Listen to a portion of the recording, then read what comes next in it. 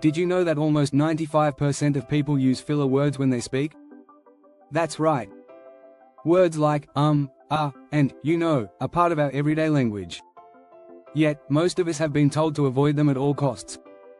Here's a shocking fact: a study found that speakers who used fillers were often seen as more relatable and approachable. It's true. So why do we consider filler words a problem? Many people think they show a lack of confidence or preparation. But what if I told you that these little words can actually enhance your speaking skills? In this video, we'll explore the hidden benefits of filler words and how they can help you connect better with your audience.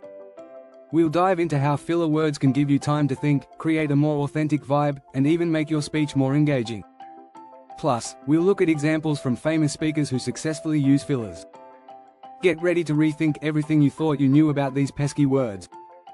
You might just find that is your new best friend. Chapter 1: The hidden power of ums and ahs. You've probably heard that using too many ums and ahs weakens your speech. But did you know that they serve a hidden purpose? Research from the University of Pennsylvania suggests that filler words can actually signal thoughtfulness. In other words, when you say or you're giving your brain time to catch up to your mouth.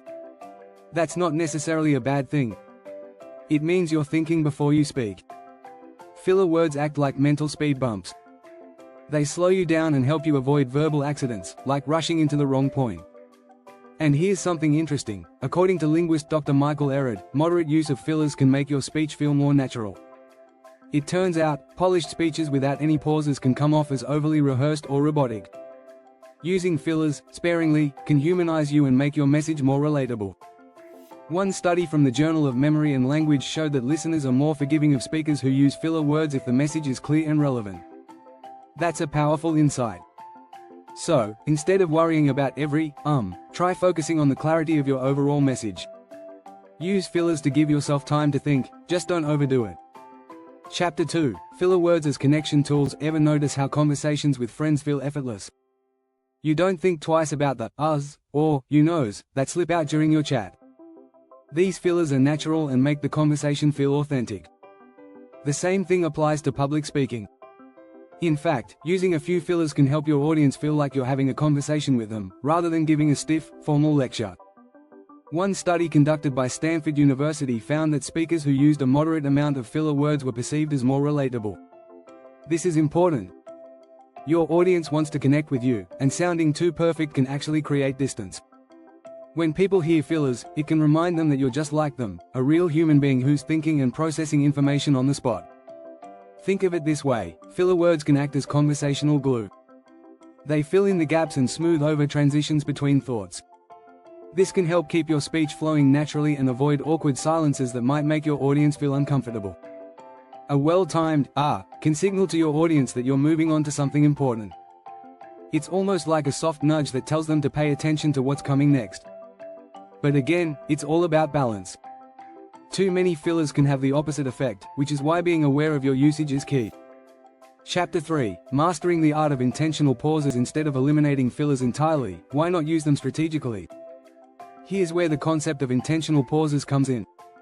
When you use filler words as a type of buffer zone, you can control the rhythm of your speech and emphasize key points. This keeps the audience engaged and gives your message more impact. Public speaking expert Olivia Mitchell suggests that pauses, yes, even ones filled with ums, can actually enhance a speech's impact. It works because a slight pause forces the audience to reflect on what you've just said. It creates a moment of suspense, keeping their attention on what's coming next. A famous example of this is Barack Obama's speaking style. He often pauses after key phrases, and sometimes even uses an to punctuate his thoughts. This makes his speeches feel more conversational and spontaneous. Using fillers as a pause button allows you to emphasize your main points. For example, when you're about to introduce a crucial idea, a subtle can signal that you're taking a moment to ensure what you say next really lands. This technique can make your speech feel more thoughtful and engaging. There's data to support this strategy too. Research published in the Journal of Pragmatics found that speakers who pause effectively, whether with or without fillers, are seen as more persuasive and competent. The key takeaway? Pauses, even filler-filled ones, give your audience a moment to digest the information before moving on. That's powerful when you're trying to make an impact. If you're enjoying these insights, don't forget to subscribe. You won't want to miss our upcoming chapters that will transform your speaking skills. Chapter 4: Turning Imperfections into Authenticity. No one expects perfection from a speaker. In fact, audiences appreciate authenticity much more than a flawless delivery. And believe it or not, filler words can actually help you come across as more genuine. According to communication expert Paul Graham, perfection in speech is like a mirror with no dust, it feels artificial. A few fillers can give your speech the touch of realism that resonates with people. When you hear someone speak with zero mistakes or pauses, it can feel too polished. It's like watching a robot. But when someone occasionally says, or stumbles on a word, it reminds us they're human, and humans are more relatable than robots. Studies have shown that audiences often connect better with speakers who seem authentic, even if that means they're a little rough around the edges. The key is to use fillers naturally, not forced. If you try too hard to sound perfect, it can make you seem distant or insincere. But if you allow yourself to be real and speak as you would in a conversation, fillers will naturally find their place. For example, if you're telling a personal story, a few uhs or you knows can make the story feel more spontaneous and real. This can make a big difference in how your audience perceives you. Interestingly, a survey by Harris Interactive found that 81% of people would rather listen to a speaker who is authentic and relatable, even if they use fillers, than to someone who sounds overly scripted. Authenticity, it turns out, is more important than technical perfection. Chapter 5: When too much is too much, balance is key. While filler words can help you sound natural, too many of them can start to hurt your message. That's why it's important to strike the right balance. A study published in Language and Speech found that overusing fillers, more than 5 fillers per minute, can make listeners perceive the speaker as less confident and less competent. So, while a few fillers are fine, you don't want to go overboard. One way to avoid filler overload is to practice awareness. Simply being conscious of when you tend to use fillers can help you reduce them without trying to eliminate them completely.